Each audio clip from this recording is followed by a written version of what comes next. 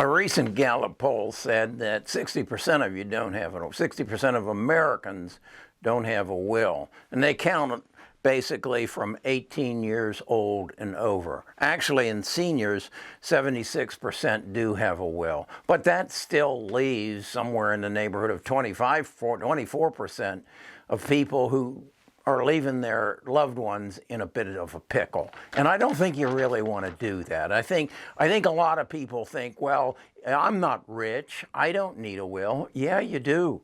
You do need a will. Well, it costs too much to have a will done. Well, you can go on LegalZoom and you can have a will done, a simple will, for as low as $89. And they say their full estate planning is only $179. I think it's worth the $179 if that's what you need. If you only need a basic will, then $89 sounds like rather than going out to dinner some Saturday night, get yourself a will and make the life of those you leave behind a lot better. It's kind of silly that you don't have a will because you know you're going to die and you know you got stuff, and the people you leave behind are going to have to make decisions about your stuff and where it goes and what it's to do. Even young people need a will when you think about it, particularly once you have a child. If you're a young married couple and you have a child, who's going to take care of your child if you both get killed in an automobile accident? Which one of your in-laws, or do you even want your parents to take care of your child? Maybe they're up in their years and they shouldn't have the burden. Maybe it's a brother or a sister. Well, unless you set that out in writing, it's a battle. It can end up in a court. You don't want to do that. Spend the $89 and get yourself a will, even if you're a young couple. The fact is, if you don't pay the $89, the people you leave behind, your loved ones, are going to pay the price. And that's everything from your children to your parents to your brothers and sisters. They're going to pay the price of your negligence. Make the effort to tell people how you want to dispose of your stuff. What do I mean by that? Well, what about my watch collection? That's a Patek Philippe. Who do I want that to go to? This is another designer watch, and that's my Fitbit. Oh, you know I want somebody to get that. What if you have pets? Who do you want to take care of your pets? Do you want to be cremated or do you want to be buried? Have you bought your burial plot? And where do you want to be buried? These are decisions you need to make. At least have a discussion with the people that you're going to leave behind so that they have an idea of what you want. And then put it into writing such that there isn't a dispute over it. This is Nita and I's last will and testament. It's an elaborate document, and it cost us over $1,000. Another thing that's in this document is the general durable power of attorney. And what that does is it spells out, if I end up in an ICU and I have a respirator pushed down my throat, what do I want to do? What do I want them to go to extraordinary means to keep me alive for whatever period of time? That's a discussion that you and your spouse and you and your children need to have. Then there's the simple administrative issues. How do you get into your computer? Does someone know your password? Do people know where your legal documents are? And what your passwords to your bank accounts and your investment accounts are? If you haven't shared that with your loved ones, there's going to be some real problems. There's going to be some issues that a simple conversation could have eliminated.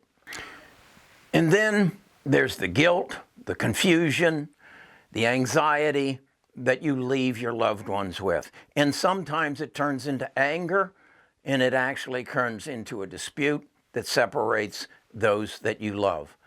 And all you really have to do is take a few steps to make sure that your wishes are known and it is not turned into a fight amongst your children or those that you leave behind. It's crazy when you think that Prince didn't leave a will and they're still fighting over it. Aretha Franklin didn't live well and they're still fighting over it.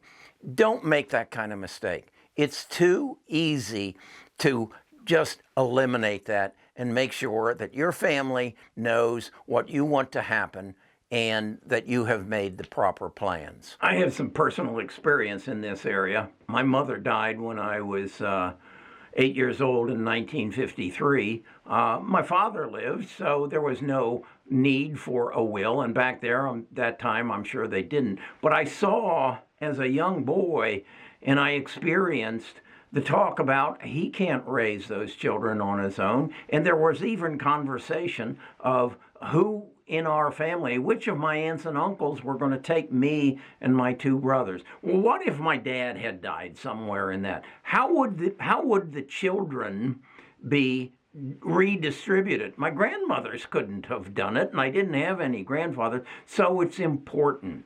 And then in 2014, my daughter died. My daughter had a son, had a husband. She didn't leave a will. As it turned out, the will wasn't really the issue, but she had had cancer for 10, 12 years, and they hadn't found a burial plot. They had never had a conversation, even though she had had her leg amputated. She had had about 6 surgeries on taking the cancer out. She had gone through chemotherapy, and they had never talked about what happens if you die, even though death was right there. It was right there. She was in a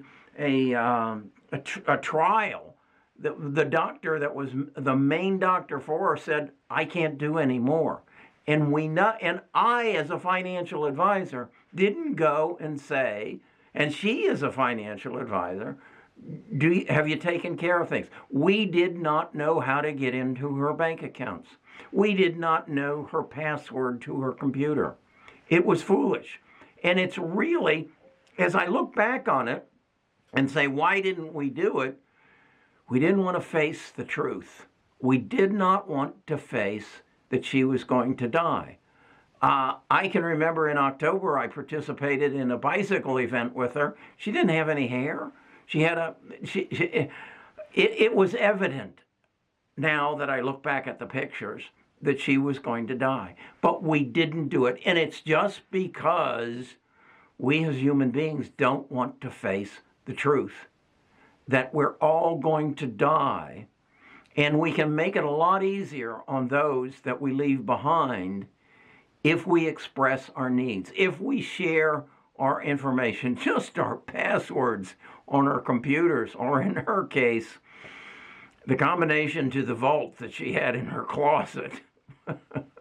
Luckily, we were able to get into that. But just think this through and sit down with your children over the holidays and have a conversation. And then have somebody take some notes. And then go find the will that you want that is going to set out what you want to happen. And then there's the tax traps. There's the traps that will quite often, it's called a widow trap, and I'm going to talk about that specifically in another video.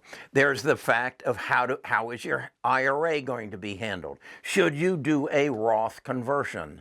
I'll talk about that in another video. And the other thing I'm going to do is I'm going to shave.